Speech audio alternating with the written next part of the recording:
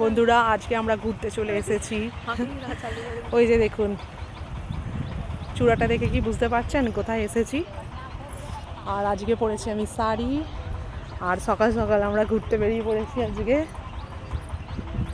শুধু আমরা দুজন আসিনি, আমাদের সাথে আমার দিদি, আমার মা, মাসি সবাই এসেছে। তো সবাই কমেন্টে জানাবেন কোথায় এসেছি। আমি আর বললাম না, সবাই দেখেই বুঝে যাচ্ছেন। এই যে দেখুন